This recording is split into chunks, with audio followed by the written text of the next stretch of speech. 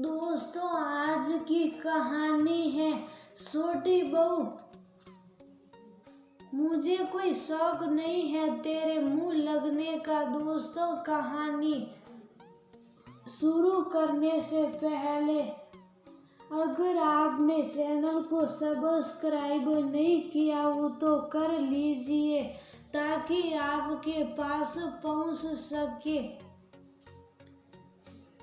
हर नया वीडियो। अरे पवन, सीमा को आवाज लगा, जल्दी से नीचे आए और कितना टाइम लगेगा उसको तैयार होने में।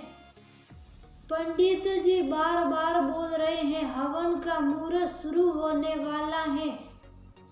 तुम दोनों मियाँ बीवी आकर अपना आसन ग्रहण करो ताकि मुहूर्त के तय समय पर पूजा शुरू हो सके। सीमा की बुआ सास भतीजे पवन को जल्दी से सीमा को नीचे हॉल में बुलाने के लिए बोलने लगी। पवन की आवाज सुनकर जल्दी से सीमा बड़े अच्छे से सज धज कर इतराती हुई अपने बालों के गजरे को सही करती हुई सीढ़ियों से नीचे उतर ही रही थी कि सीमा का पैर साड़ी में उलझ गया और वह लड़खड़ा गई। सीमा के मुंह से सीख निकल गई, उसका पैर मुड़ गया था। सीमा वही सीढ़ियों में बैठ गई। सब लोग सीमा के पास आए और पूछे क्या हुआ, जोर से तो नहीं लगी, पैर तो सही है ना तुम्हारा। पवन बोला चलो सीमा, खड़ी हो चलने की कोशिश करो। सीमा खड़ी होकर चलने की कोशिश करने लगी पर उससे चला नहीं गया क्योंकि उसके पैर में मोच आ गई थी। वह दर्द से कराह रही थी।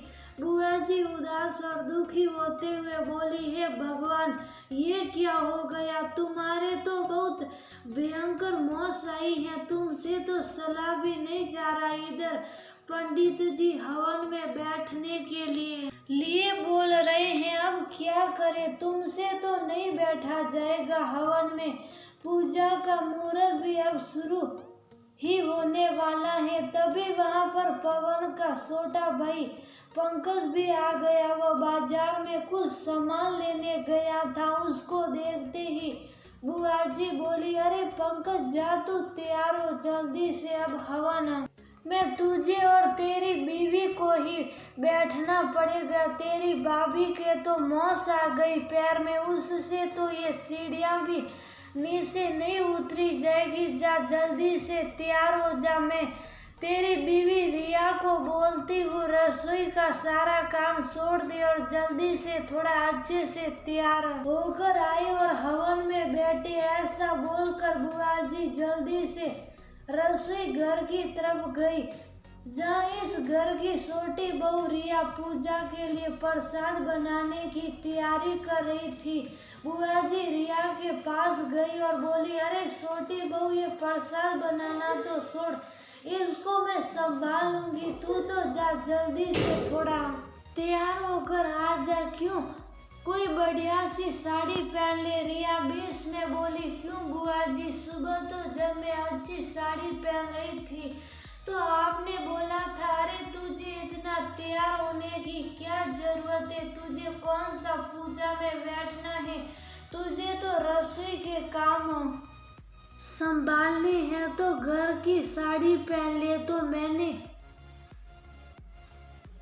वह पहन ली। अभी रसोई के काम पूरे नहीं हुए, मैं अभी चेंज नहीं करूंगी, रसोई के काम करने के बाद तैयार हो जाऊंगी। बुआ जी रिया को थोड़ा आंख दिखाते हुए बोली, अरे मुझे कोई शौक नहीं है तेरे मुंह लगने का, वह तो बड़ी बहू के पैर में मोच आ गई इसलिए वह पूजा में नहीं बैठ पाएगी। अब किसी न किसी को तो पूजा में बैठना पड़ेगा, बड़ी बहू नहीं तो छोटी बहू को तो बैठना पड़ेगा ना, वरना मैं नहीं बोलती।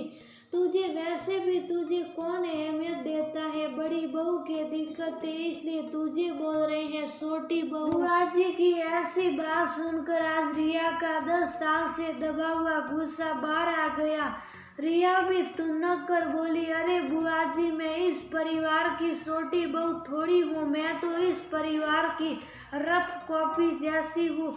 इस परिवार की तो बस एक ही बहू है, बड़ी बहू, जो बहुत पैसे वाले परिवार से है। आपकी बड़ी बहू के परिवार वालों ने ही तो जेठ जी को बिजनेस करा दिया। उस बिजनेस से तो हमारा परिवार सवरा है। मेरे पति भी इतने सक्षम नहीं हुए कि वो अपना अलग से कुछ करे। जेठ जी के साथ वो भी उस बिजनेस को संभाल रहे जिसमें उन्हें आधे मालिक का दर्जा कम और नौकर होने का एहसास ज्यादा कराया जाता है। इस परिवार में हर काम बड़ी बहू को पूछकर किया जाता है। मुझको तो कोई बताना भी जरूरी नहीं समझता, मुझे कुछ पूछा नहीं जाता। इस परिवार में बस कोई काम होता है तो इतना भर बोला जाता है कि तुम्हें रसोई का काम देखना है, इतना बता दिया जाता है बस। और मैं इस घर की नौकरानी बनकर घर पर आए हुए मेहमानों और रसोई के बीच में पीसी हुई रहती हूँ। और आपके घर की बड़ी बहू सज धज कर तैयार होकर घर आए हुए लोगों को मेरे हाथ का बना हुआ खाना परोसते हुए ऐसे जताती है जैसे ये खाना उसने ही बनाया हो, और वही इस घर की पूरी बागडोर संभालती है।